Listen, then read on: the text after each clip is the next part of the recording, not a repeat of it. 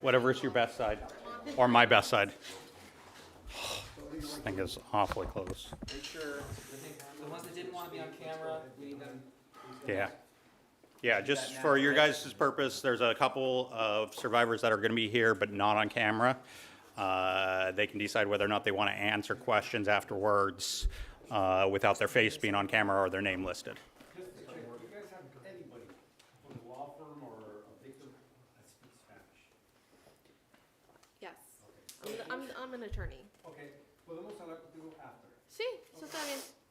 I mean, And also, can you speak right into the mic because the audio is kind of low. okay, got it. I'll do my best. And, Leo, they want to speak last. Leo and, okay, then I'll have to change up my, make sure we get it in order.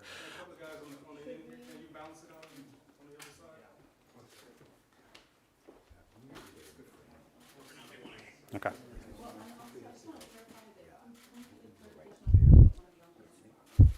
All of you are comfortable being on camera? Yeah. Everybody? Everybody? Everybody? Everybody? Okay. All right, perfect. And Sir, can you stand behind him? And whoever goes up to the podium, name with spelling. yes, absolutely. All right, we all ready to begin? Okay, my name is Morgan Stewart. I'm a partner here at Manley, Stewart Finaldi. Spelling is Morganstewart. Thank you for being here this morning. On behalf of myself and my colleagues, Alex Harrison standing to my left, Christina Nolan standing to my right, I'm going to read a brief statement, and at the end of all of our collective statements, we will take questions. This morning, our firm is announcing the filing of 73 plaintiff lawsuit against Dr. William Thompson IV and Hoag Memorial Hospital. Today, we also have several of the brave survivors of abuse that have come forward in this lawsuit with us. Several of them have offered to make statements, and we have some written statements as well from survivors who were not able to attend to this morning. Sexual abuse by doctors is a nationwide problem. Our firm has continually litigated high-profile cases against doctors who have abused patients, including from USC, University of Michigan, Columbia, and UCLA. The doctor-patient relationship is among the most vulnerable of relationships, and when it is betrayed, it is devastating to those that have placed their trust in physicians. Over the span of a decade, Dr. Thompson is alleged to have utilized his position as a medical doctor to sexually abuse men that sought treatment from him. He used the authority granted to him by Hoag Hospital to create that trust and an air of authority. Under the alleged guise of medical treatments, Dr. Thompson is alleged to have performed unnecessary and inappropriate medical procedures for his own sexual gratification. He is alleged to have tied medical treatments to sexual abuse. He is alleged to have pressured patients for sex during medical procedures. The stories of those abused, some of which you will hear today, reveal hundreds of instances of abuse over a 10-year period by Dr. Thompson. We believe here there were ample warnings and red flags that would have revealed those in authority an obligation to report Dr. Thompson. Yet those reports never came. Instead, these instances were ignored to avoid blame and responsibility by those in authority. As a result, Dr. Thompson remained in his position of authority. In our initial filing, we had 73 victims of Dr. Thompson. Shortly, we will be filing another lawsuit that increases our total number of survivors to over 90.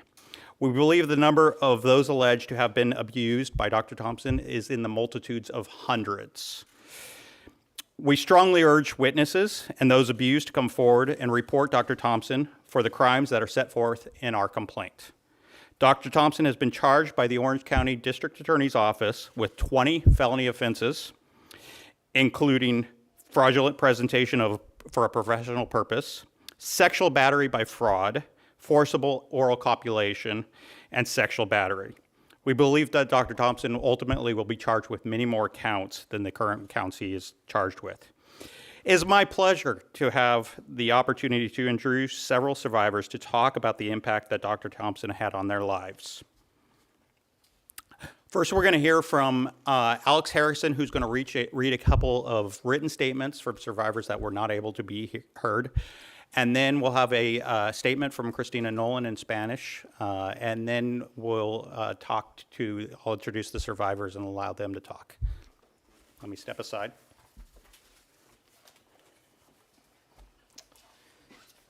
This is the written statement by Johnny Chung, John Doe 9. My name is Johnny, and I've been a patient of Dr. Thompson for the past couple of years. My experience with Dr. Thompson initially was professional and courteous, like any other normal doctor visits. But once a rapport and trust has been built within the first 3 months, he began to act inappropriately with each visit. Things escalated to a point where when I questioned why he was doing certain exams, he tried to assure me that he needed to do them to be thorough. But I left each appointment feeling more violated and taken advantage of. No matter what I tried to say and push back on the exams, they became more and more invasive. It made me feel violated sexually and stupid for trusting that he needed to do this for medical reasons, even though deep down I knew he was wrong. The last appointment, I left with a panic attack because of how uncomfortable he made me feel. I didn't know who to turn to after, and the whole experience with him has made me feel anxiety going to the doctor's sense. I still have yet to find a new doctor to continue treatment because of what I experienced, and I hope anyone who felt or experienced the same thing with Dr. Thompson to know they are not alone and it's not their fault. We all trusted his medical opinion, only to have him take advantage of the trust and violate us. This is a written statement by Robert Markham, John Doe 31. Dr. Thompson should not be practicing medicine. The things that happened are not right, but they do affect all the young men that he molested, and they were the majority of his clientele. Dr. Thompson did not use his authority as a doctor, and I believe Hoag Hospital should be responsible for not stopping Dr. Thompson when I believe they knew this was happening. If anybody else was affected, please come forward. There's power in numbers, and we have to stop Dr. Thompson from ever doing this again to anyone.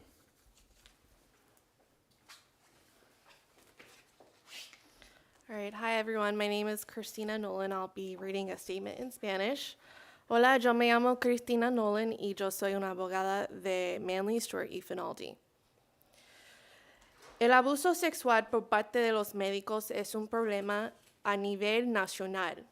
Durante los últimos 5 años, hemos litigado casos donde médicos abusaron de miles de pacientes en nuestros equipos olímpicos, en USC, en UCLA, Michigan State, la Universidad de Michigan, la Universidad de Columbia y en los hospitales de Oregon hasta Nueva York.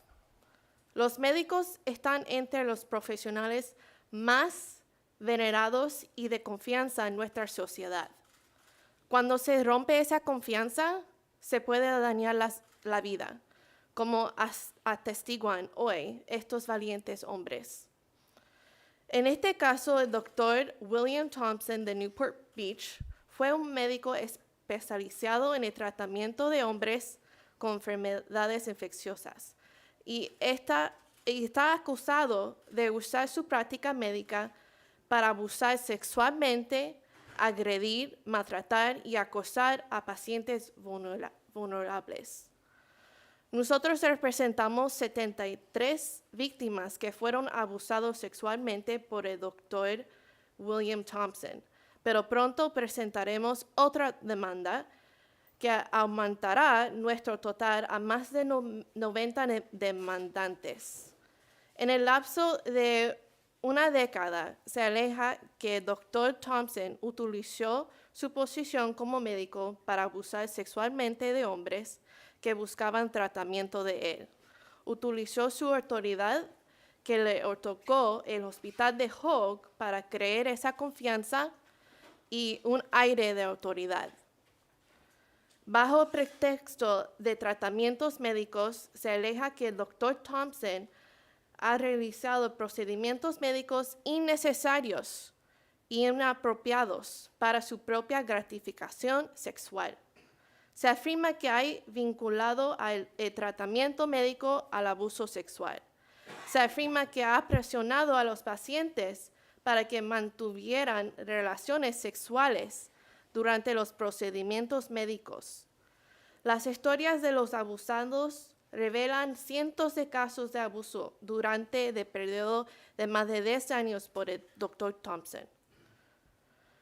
Hubo muchas señales de advertencia que este caso que apuntaban a que este médico era un peligro para los pacientes.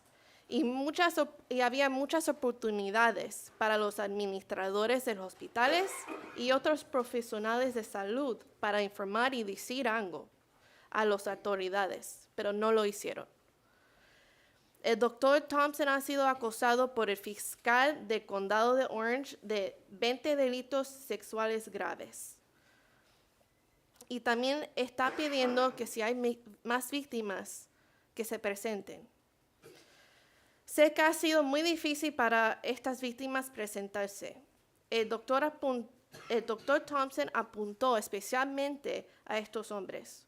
Confiaron al doctor Thompson su cuidado y bienestar, mientras que él utilizaba procedimientos médicos inapropiados para su propia gratificación. Pero es muy importante dar su voz a este tema y decir algo para que las cosas cambien. Muchas gracias. Thank you both. Okay, so we are going to have some of our survivors talk. I'm going to introduce them by first name. And they're welcome to use their last name if they so choose. First, we're going to have Michael talk, who is John Doe 19 in the complaint. Hi, my name is Michael Glockner, and I started going to Dr. Thompson in 2012. I was in a wheelchair back then with many complications. I got out of the wheelchair in 2015, and I noticed his tone had changed. He got personal and very verbal in what he would say to me. The exams, in my opinion, were over the top.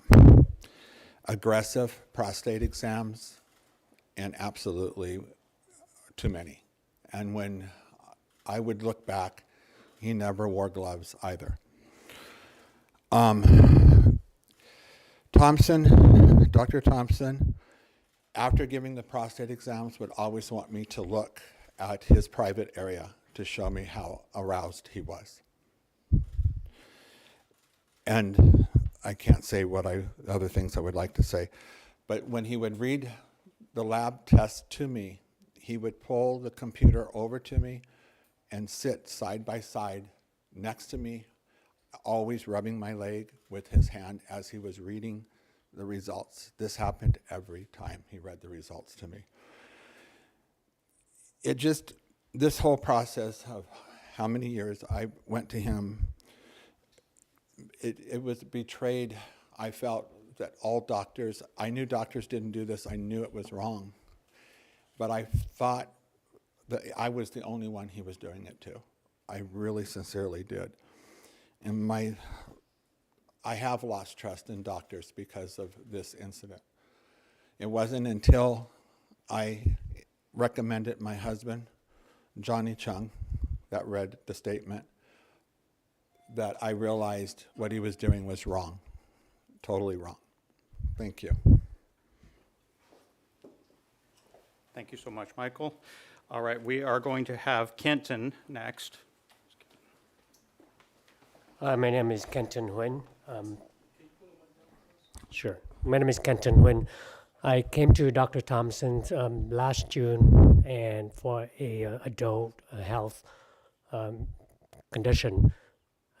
I went there. I was not told the procedure that he was going to do to me. He did the prostate exam without my knowledge.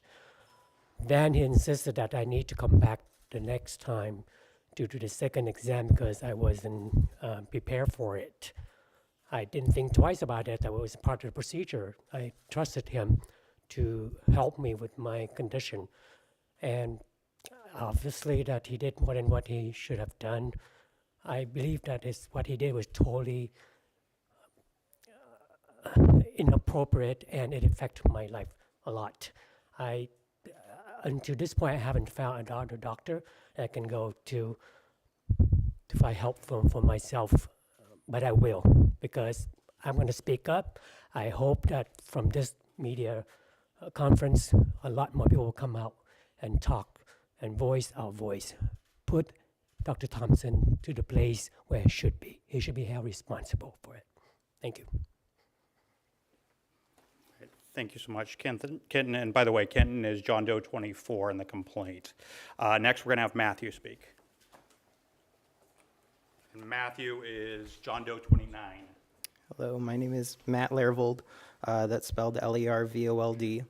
And what I would like to say is that people like Dr. Thompson do what they do because they think they can get away with it.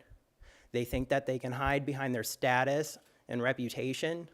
They think that they can protect themselves with a mask of good deeds, good intentions, favors, and plausible deniability. Well, we need to send a message today, not just to Dr. Thompson, but to everyone out there still in our community like him, that you can do what you do, but you will not get away with it forever. Victims don't go away. Thank you. Thank you so much for those words, Matthew.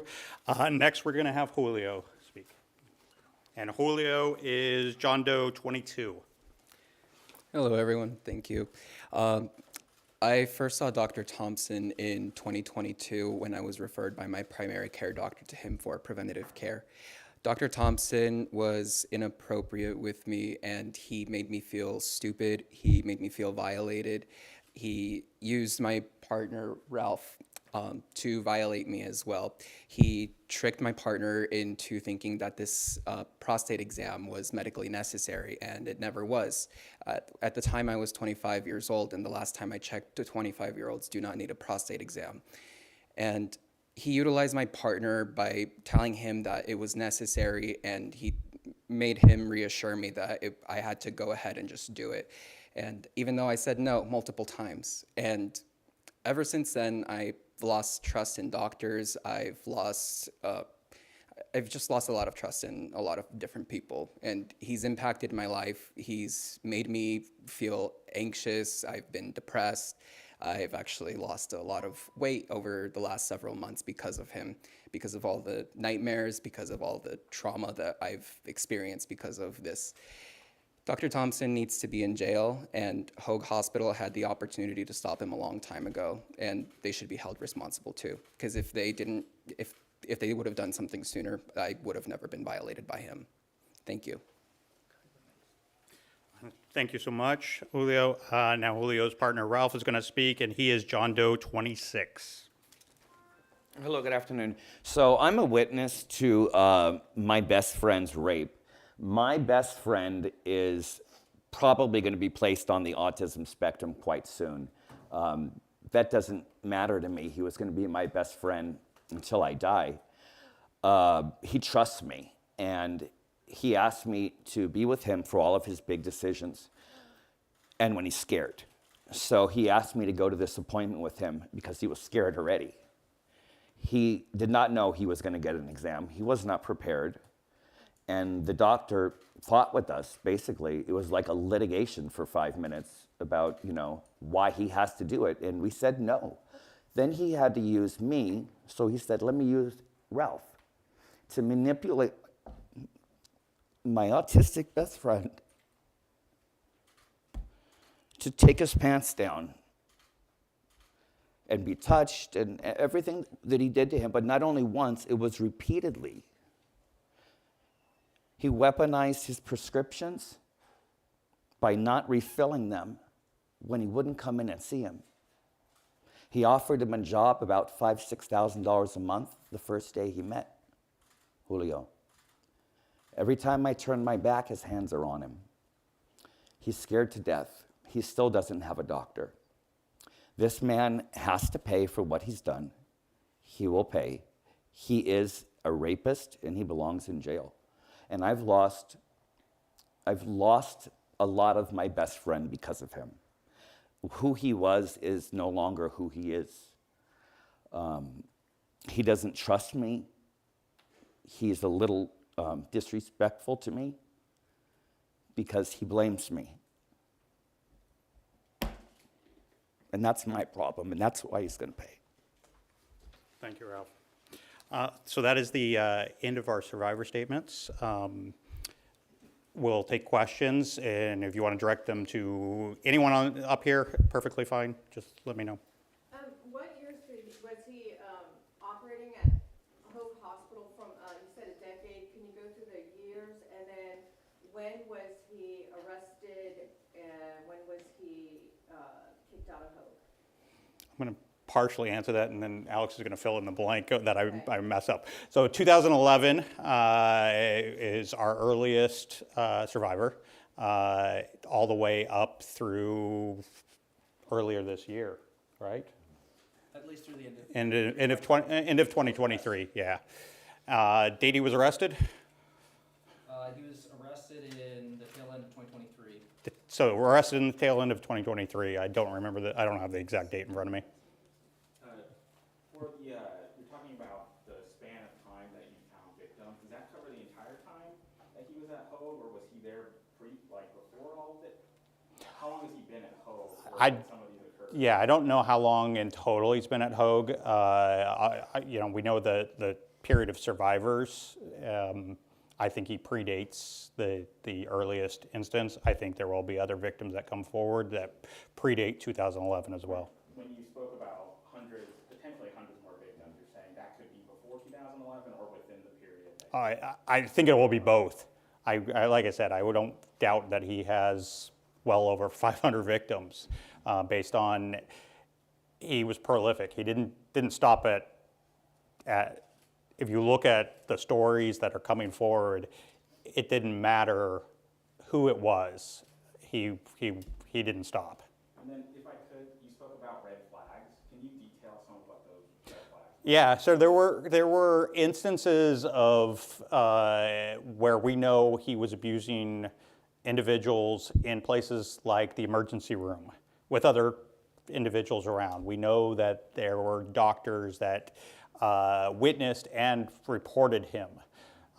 We know that there were prior instances of criminal investigations of him, and we're still finding out the exact details, but we know there were enough red flags, enough behavior, enough instances behind closed doors, enough instances where he wasn't wearing gloves, he wasn't putting another individual in the room with him while these exams were occurring. That's part of a physician protocol. You're going to have a patient disrobed, you're going to have a second person in the room. He never had a second person in the room. Can you clarify in what setting this abuse took place? Was this a private doctor's office or was this within hospital grounds? Both. So he had his own off-site, off-Hogue. It also occurred in his home. He would have patients come to his home and say he had a home office. It was more convenient to come to his home. So it occurred in Hogue Hospital. It occurred at his doctor's office, which was fairly close and right across the street from Hogue. And then he would actually say to patients, come to my house and I'll treat you there. There are quite a number of instances where that occurred. And so for something that has been a long period of decades of abuse, how did this finally come to the point of this person being held accountable? What finally tipped this? We understand that a doctor finally reported him, a fellow physician saw, and I don't know what the exact details are, but a fellow physician reported him to the medical board for sexual abuse of a patient. And that's what ultimately led to his investigation and arrest. What was the outcome of that complaint to the medical board? I think it's ongoing. From what I can tell with respect to the medical board, it is ongoing as the criminal proceedings progress as well. And Dr. Thompson's still a licensed physician? Is his license suspended? I think it's suspended at the moment. Yeah, it's not revoked, it's suspended. Okay, thank you. Where did he work before Hogue? I haven't seen any history of him working. You've done, I have no I just wondered if there was maybe another. hospital or physician's office. I haven't seen any record. He just simply shows up at Hogue, tied to Hogue, as far as I can tell. How far did the abuse go? Did he go as far as to have intercourse with his patients? Yes. And that's part of the criminal counts. Oral copulation, oral sex, if you want to use the term. physical intercourse, yes. A rape, yeah, and in a lot of instances. Is there any evidence, did Hogue know that he was treating patients at his home? Did they know? Is there I- evidence that they? We do not know that yet. We haven't seen anything. Part of his advertising, and if you go to his social media, there's a lot of pornography on his social media, but he ties himself very heavily to Hogue. He wears the Hogue badge and I think these gentlemen can probably speak to it. He wears the Hogue badge while he's treating patients off-site from Hogue. He puts it up on his website that he's affiliated with Hogue. He is tied completely to Hogue. Just a question for one of the gentlemen who spoke, whoever wants to take the question. Prior to coming to this doctor, what was your sense of him? Was there any indication that something might have been wrong? Was it word of mouth, were there reviews? How did you feel like this was a safe space? Yeah, I'll step aside and Michael, you go ahead. I was recommended to Dr. Thompson. I was seeing another doctor in the same Newport area, and I didn't feel comfortable with her. I didn't think she was doing enough for me. But I went to Dr. Thompson through a referral from a friend who was in the medical industry. And I was told that he was very friendly and that he was the best and that he cared the most. And of course, we all found out differently on what his true intentions were. Anybody else want to address that? But another question. You want to? I was referred to Dr. Thompson by another doctor who used to share the same office with Dr. Thompson. And this doctor have told me that Dr. Thompson is very professional, very good doctor, and I should go see him. And that's why I trusted both of them to treat my health condition. Another question for the gentleman, whoever wants to take this. Several, not all of you, expressed that it's really shaken your faith in medicine and doctors and things like that. And just thinking of all that we've been through in the last 3 years or so, it's a hell of a time not to feel like you can go to a doctor and feel safe and feel cared for. If any of you would be comfortable just sharing what exactly has that meant to you to feel like you don't want to see a doctor. Julio, I know that resonates with you, and Matthew also. Yeah, both of you. Thank you. I'm glad that you asked that. We went through a pandemic. We were told not to ask any questions about what our medical professionals told us. We needed to follow the guidelines. We did. We did everything that our doctor told us to do, and we ended up being molested. That's what happened. And so it is difficult to take anyone's word for it that you can just blindly trust someone anymore. And, there are people that we should be able to trust. Our doctors, there are people who, know more than us. We count on them. And this is what Dr. Thompson did to us. And it will carry over for all of us for the rest of our lives. We won't be able to trust doctors again. And we will be lucky if we find another one that we do. Thank you. I'm sorry, could you repeat the question one more time? So just what does it mean, like practically day to day in your life, to have a distrust of doctors, to not feel like you can seek healthcare safely? What does that mean? For me, it's meant that I've been anxious. I've been just not wanting to see any other doctors. It's very difficult to be able to go through trying to get the preventative care that I need. Fortunately, I'm still continuing with the preventative care that I need, but I know that eventually I'm going to have to find a new doctor. And for the meantime, it's going to be a difficult time for me to be able to find someone that I can trust. But as far as everything is concerned, for the meantime, I can't really trust doctors anymore, especially after him presenting himself as kind and compassionate. But no, he definitely is a wolf in sheep's clothing. Thank you. Can I say one more thing to that? To that same question, at the end, I was starting around 2015, 16, he stopped, in my opinion, treating me. It was just a social visit at that point, and I didn't know what was going to happen. made me do more research about myself and fix and try to be, I was my own doctor, put it that way. He never talked about medical things except for giving me one test after another, sending me for multiple bone density tests, all kinds of different things that were just so unnecessary, and never directed what my issues really were. It made me take care of me. And I only went to him because I had to get my prescriptions. Thank you.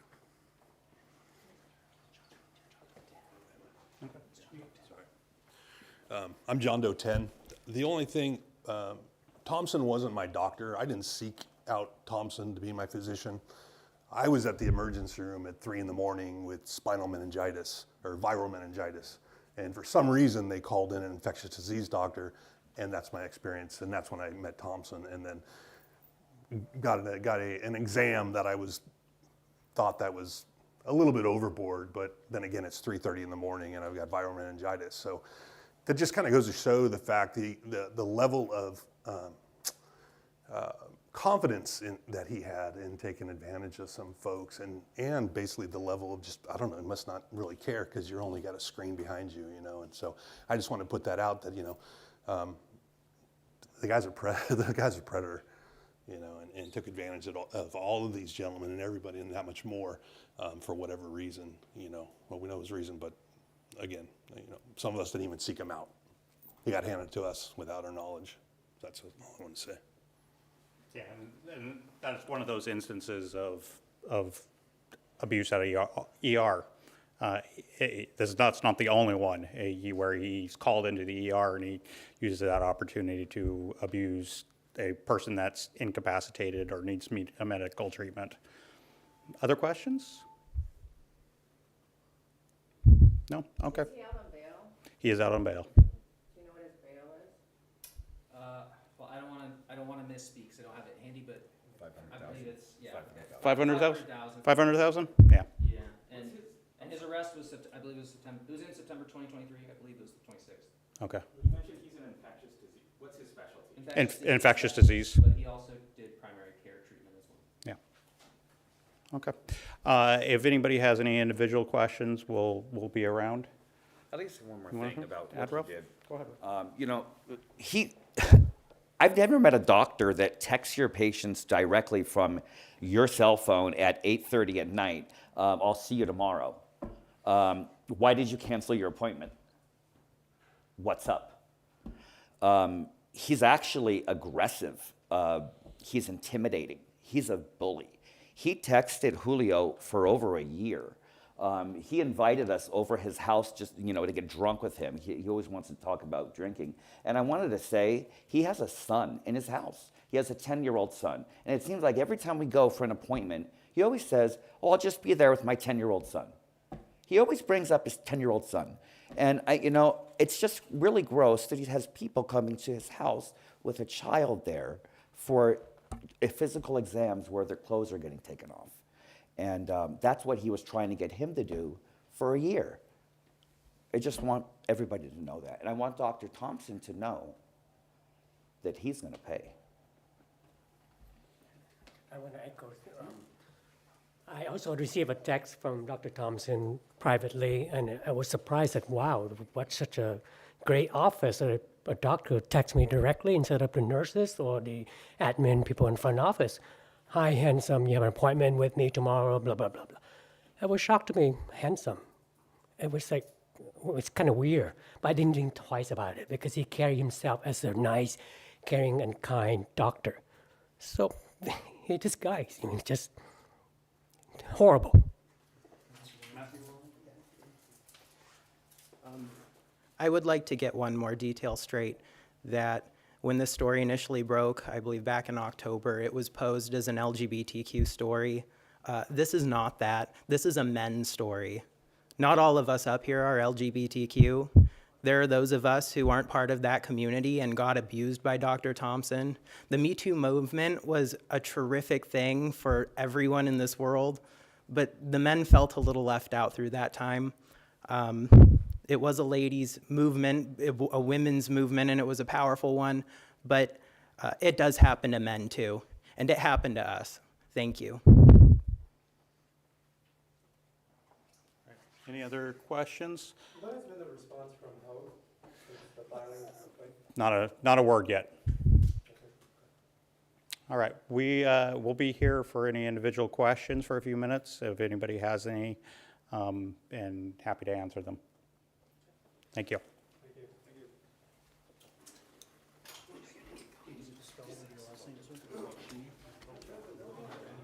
I know